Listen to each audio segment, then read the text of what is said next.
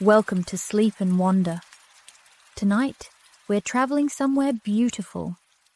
Let yourself settle now. Feel the weight of the day leaving your body. Let your jaw soften, your hands uncurl, your breathing slow.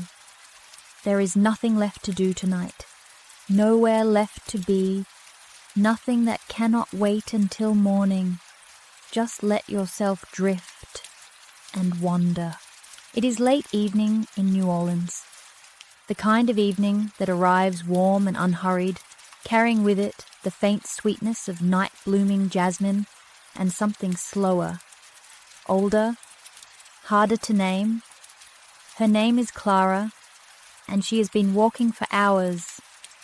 She arrived in New Orleans 2 days ago with no particular itinerary and no particular expectations. Just a loose and quiet desire to let the city show her what it wanted her to see. Tonight, it is showing her rain.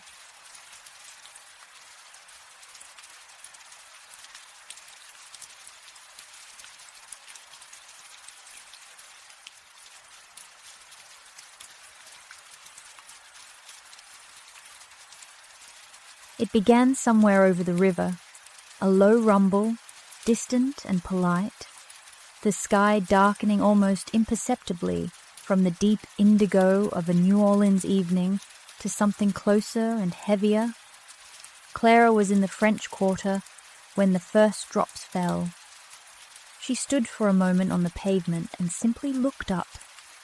The sky between the rooftops was the color of a bruise ripening, deep purple at the center, edging toward the greenish-gray at the horizon.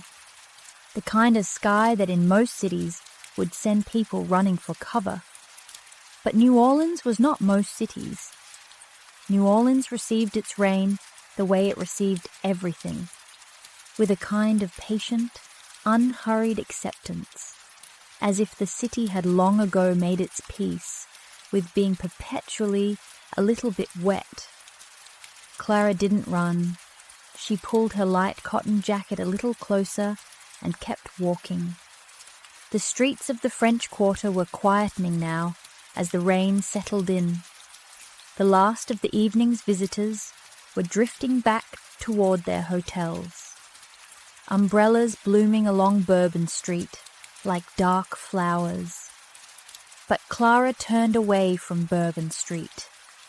She had learned quickly that the real New Orleans lived in the quieter streets just beyond it, in the narrow lanes where the iron lace balconies dripped with ferns and bougainvillea, where the gas lamps cast their amber pools onto wet flagstones, where the houses stood close together in shades of yellow and rose and a faded dusty green that seemed to belong to no particular era. She turned down a side street. The sound of the quarter faded behind her almost immediately, replaced by something softer. The rain on the flagstones beneath her feet, the drip of water from the balconies overhead, the faint, distant sound of a trumpet somewhere far away, muted by distance and rain until it was more impression than music. She slowed her steps. The street was beautiful in the rain. The gas lamps reflected in the wet stones below in long, trembling columns of gold. The iron balconies above cast intricate shadows across the pale facades of the buildings. Somewhere overhead, a ceiling fan turned slowly behind a set of open shutters, pushing warm air out into the wet evening. Clara paused at a corner and looked up at the balcony above her. It was extraordinary. The ironwork was dense and elaborate, wrought into patterns of oak leaves and vines that had been there for 150 years. Spanish moss hung from the balcony railing in long grey-green curtains, swaying very slightly in the warm, wet air. She had seen photographs of New Orleans before she came, but photographs had not prepared her for the feeling of the place. It was a city that seemed to exist slightly outside of ordinary time, as if it operated according to its own private calendar, its own relationship with morning and evening and the slow movement of seasons. Standing here in the rain, in this quiet side street, with the gas lamps burning and the trumpet somewhere far away still playing, she felt it. That particular quality of New Orleans nights that people spent their whole lives trying to describe and never quite managed. A kind of beautiful, melancholy sweetness, like something almost remembered. She walked on. The rain had settled into a steady, gentle rhythm now, not the dramatic downpour it had threatened to become. Just a warm, persistent southern rain that softened the edges of everything it touched. The flagstones beneath her feet were dark and gleaming, each stone slightly different from its neighbours, worn smooth in the centre by a century and a half of footsteps, raised and uneven at the edges, where the roots of the great live oaks had worked their patient way beneath them. She passed a courtyard hidden behind a wrought iron gate. She could see it through the bars, a small fountain at its centre, the water barely audible beneath the rain. Jasmine climbing the far wall in dense white clusters, a single iron table and 2 chairs sitting empty and patient in the middle of it all. She stood at the gate for a long moment, imagining all the evenings that courtyard had held, all the conversations, all the quiet moments, all the people who had sat at that small table and watched their own rain fall. A little further along the street, she found what she had been, without quite knowing it, looking for. A small bar, not the kind of bar that advertised itself loudly. No neon signs, no music spilling out onto the pavement, just a warm rectangle of amber light falling through a low window, and above the door a simple hand-painted sign that said nothing more than open. She pushed the door.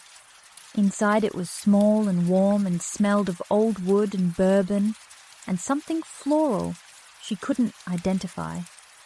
A long bar ran along one wall, its surface worn smooth and dark with age. Behind it, shelves of bottles caught the low light and held it, amber and gold and the occasional deep red. 3 or 4 small tables occupied the rest of the room, mismatched chairs, a ceiling fan turning slowly overhead, walls hung with old photographs and framed concert posters so faded their colours had merged into the same soft sepia. A man behind the bar nodded at her without ceremony. She took a stool at the far end of the bar, near the window. Outside, the rain moved quietly across the glass. She ordered a bourbon, small, with a single ice cube. The bartender set it down in front of her without fuss, and returned to whatever he had been doing at the other end of the bar. Clara wrapped her hands around the cool glass and looked out through the rain-blurred window. The street outside was empty now, just the wet flagstones and the gas lamps and the slow dripping of the balconies above.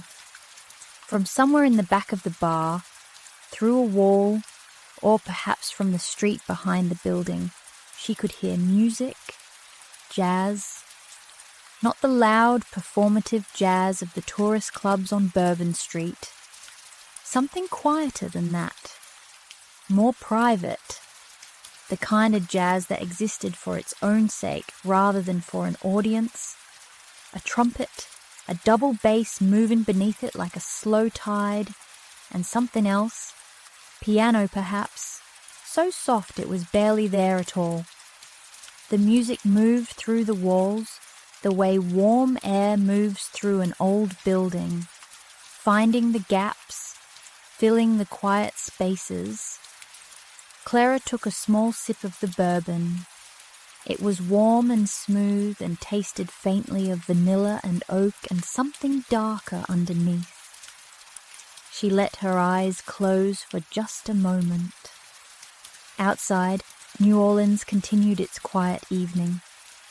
The rain fell on the French Quarter's iron balconies, running in thin streams through the oak leaf patterns and dropping in steady lines to the flagstones below. It fell on the great live oaks along Esplanade Avenue, whose branches spread wide and heavy over the street, their Spanish moss swaying in the wet air like the slowest of curtains.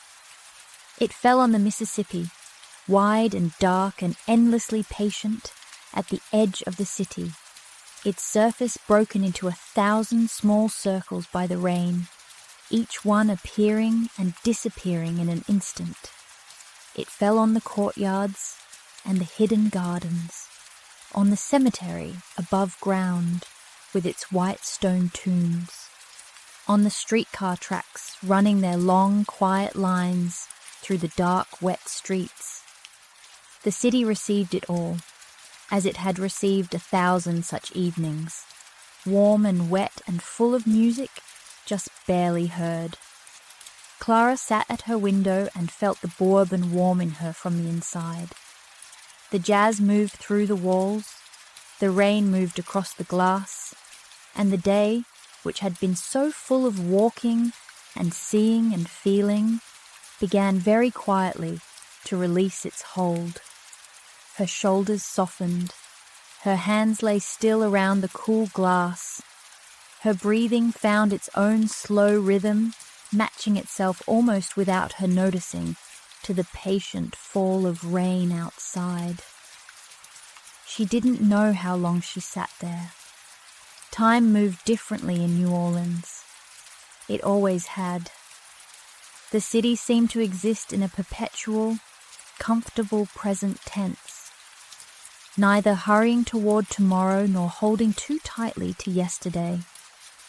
Just this evening, this rain, this quiet bar at the edge of the French Quarter, just the jazz finding its way through the walls, and the gas lamps burning steadily outside in the wet dark, and the feeling growing slowly and warmly and without any particular announcement of being exactly where she was supposed to be, of having wandered far enough and found at the end of the wandering something very close to rest.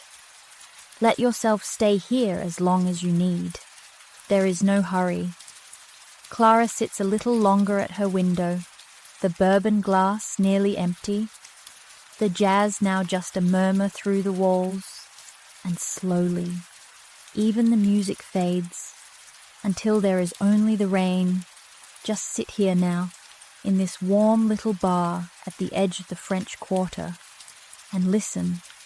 Listen to the rain on the old flagstones outside, each drop joining the slow rivers running between the stones, catching the gas lamp light as it falls, disappearing into the wet dark. You don't need to follow any thoughts tonight. You don't need to go anywhere. Just the rain, and the amber light, and the faint sweet smell of jasmine somewhere in the warm New Orleans air.